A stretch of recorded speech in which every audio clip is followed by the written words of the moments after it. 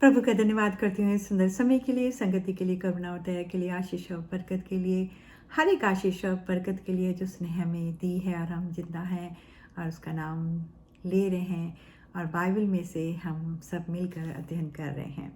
तो आज हम उत्पत्ति का की ही किताब में से जो पुराने नियम में है और शुरू की किताब है, इसका हम 11 से 17 चैप्टर तक पढ़ेंगे और आप इसके बारे में पढ़िए और परमेश्वर के वचनों को जानिए। और परमेश्वर की बड़ी इच्छा है कि आप इसको पढ़ें और जानें और लोगों तक बताएं।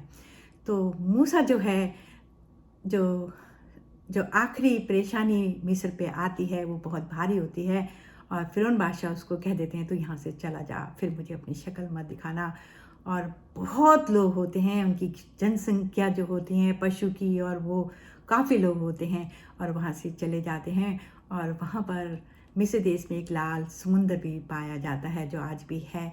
और ये जितना भी बातें ये सब लिखी हैं, ये इतिहास में भी लिखी हैं और पुस्तकों में भी लिखी हैं, तो सच्चे वचन है परमेश्वर के, तो आपको पढ़ना जरूर चाहिए। तो जब वो लेकर चलते हैं तो बीच में समुंदर को पार करना है और समुंदर का पानी आप जानते हैं बहुत गहरा होता है और उसमें लोग डूब भी सकते हैं। तो परमेश्वर उनके साथ साथ चलता है और परमेश्वर सदा उनको संभालता है। जब तक वो 40 साल तक इस रास्ते को पार नहीं करा तब तक वो उनको संभालना रहा। और फिर परमेश्वर यहोवा मूसा को कहते हैं अपनी लाठी को बड़ा और समुंदर पर के अंदर डाल, तब वो तुझे रास्ता दे देगी और सारे इस्राएली लोग उसमें से निकल जाएंगे। और परमेश्वर के कहने पर जो मूसा के पास जो लाठी थी जिससे वो उसने अद्भुत काम किए थे उसमें समुद्र में डालता है, तो समुद्र का पानी 2 भागों में बढ़ जाता है और सूखा रास्ता वहाँ बन जाता है और सारे इस्राएली उसमें से पार होने लगते हैं। और वो देखते हैं कि पीछे फिरौन बादशाह और उसके अधिकारी भी अपने घुड़सवारों को लेकर आ रहे हैं और वो बहुत ही भय करने लगते हैं और डर जाते हैं। लेकिन वो परमेश्वर पे बहुत जल्दी भरोसा जो होता है वो तोड़ देते हैं और मूसा से कहते हैं, देख ये लोग आकर हमें मार देंगे और तू हमें मिस्र देश से निकाल के लाया है और ये हमें जिंदा मार देंगे। और वहाँ पर बहुत सारी कब्रें हैं जो जो हमारे लिए भी होती और तू वहाँ से लाया क्या, हमारे वहाँ पे कब्रों की कमी थी। लेकिन मूसा इनसे कुछ नहीं बोलता, ना ही परमेश्वर इनको कोई कोई सजा देता है, सिर्फ सुन लेता है। और जब मिस्र के राजा और घुड़सवार आते हैं और वो समुद्र में से निकलने लगते हैं, फिर मूसा जो है अपनी लाठी फिर पानी के अंदर डालता है और पानी फिर समुद्र का पानी सब एक साथ बहने लगता है और सारे घुड़सवार और जितने भी उसके अधिकारी होते हैं सब मर जाते हैं। और लाल समुद्र के 2 भाग होने से इस्राएलियों के लिए रास्ता निकाला जाता है। और परमेश्वर जो है दिन में उनके साथ बादल का खंभा बन के चलता है और रात में परमेश्वर जो है जो लाइट का खंभा बनकर चलता है, रोशनी का काम करते हैं और वो उनको लेकर चले जाते हैं।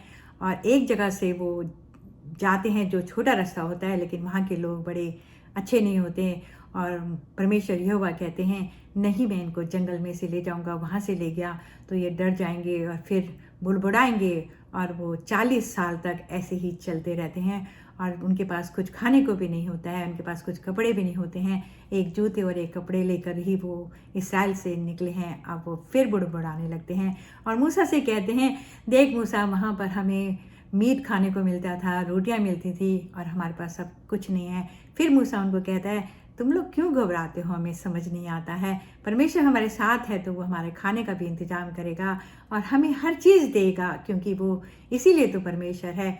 मूसा उनको समझाते हैं लेकिन वो समझते नहीं हैं। फिर मूसा परमेश्वर के पास उनकी जो विनती है लेकर जाते हैं तो परमेश्वर यहोवा कहते हैं, तुम मत घबराओ, कल शाम के वक्त बहुत सारी बटेर आएंगी और सुबह में बहुत सारा मन्ना फेंकूंगा, स्वर्ग आसमान से आएगा और वो भर पेट खाना खाएंगे। और वैसे ही होता है, शाम के वक्त बहुत सारी बटेर आती हैं और मूसा उनसे कहता है सिर्फ एक दिन का भोजन इकट्ठा करना, ज़्यादा मत इकट्ठा करना, क्योंकि परमेश्वर ने मना किया है। और हमारा जो परमेश्वर है वो भी कहता है एक दिन की खाने की चिंता करो, दूसरे दिन की मत चिंता करो, क्योंकि परमेश्वर सबको खिलाता है। तो जो इस्राएली हैं वो बहुत बहुत इकट्ठा कर लेते हैं और दूसरे दिन वो उसमें कीड़े बढ़ जाते हैं।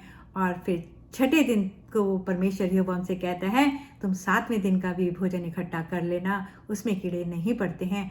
और वो भोजन जो है ऐसे ही रहता है और परमेश्वर उनको 40 साल तक मन्ना और बटेर उनको खिलाता रहा और वो चलते रहे।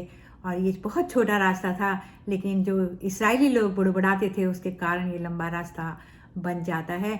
और जंगल जंगल वो निकलते हैं और अब उनको प्यास लगती है तो वो कहते हैं हमारे पशु और हम कहाँ से पानी पिएंगे।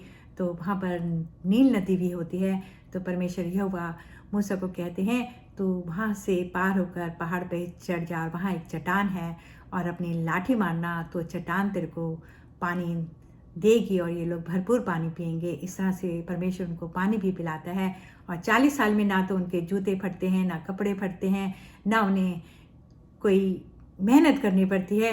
सिर्फ वो परमेश्वर के साथ और मूसा के साथ और हारून के साथ और चलते ही रहते हैं। और इस बीच में उनके बहुत सारे बच्चे भी होते हैं और भी वो लोग बढ़ जाते हैं। परमेश्वर उनको सदैव संभालते हैं, क्योंकि वो जो लोग हैं सारे वो इब्राहिम, इसाक, मूसा और सबके बच्चों के बच्चे हैं। और परमेश्वर उनको अपने वादे के अनुसार उनको संभाल रहे हैं और उनको इस्राएल देश में ले जाकर बसाना चाहते हैं।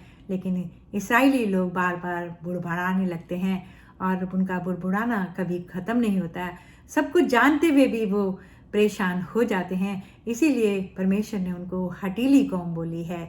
और आज भी परमेश्वर हम पर दया करना चाहते हैं। इसीलिए तो हमें उन्होंने अच्छी अच्छी चीज़ें दी हैं, क्योंकि हम उनके बेटे और बेटी हैं। और आज भी परमेश्वर धर्मियों को ढूंढ रहे हैं उनसे अपना काम कराने के लिए, ताकि ये जो परमेश्वर का प्रचार है पूरी दुनिया में फैलाया जाए और कोई भी व्यक्ति ये ना कहे कि हम तो प्रभु यीशु मसीह को नहीं जानते हैं, ना ही परमेश्वर यहोवा को जानते हैं। आपने कभी सोचा है किस तरह से इस्राएलियों को उसने मिस्र देश से बचाया और लेकर आया और 10 परेशानियां डाली और खाने को दिया और उनको बटेर और मन्ना दिया, और जिसको वो बनाकर खाते थे और खुश होते थे। हम भी उसकी अपने लोग बन सकते हैं ताकि हमें अनंत जीवन प्राप्त कर सकें। और जहाँ उसका स्वर्ग में है वो वहाँ भी वो हमें ले जा सकता है, हम विश्राम पा सकते हैं। और हम इस धरती पर जो पाप से भर चुकी है और गुनाह ही गुनाह है, इससे हम बच सकते हैं। तो परमेश्वर के पास आइए, परमेश्वर को पुकारिए और परमेश्वर आप पर दया करेगा और आपके परिवार को भी संभालेगा। और सदैव इन बातों को दूसरे तक शेयर करिए और बताइए। प्रभु यीशु मसीह के वसीले से मांगती हूँ, आमीन।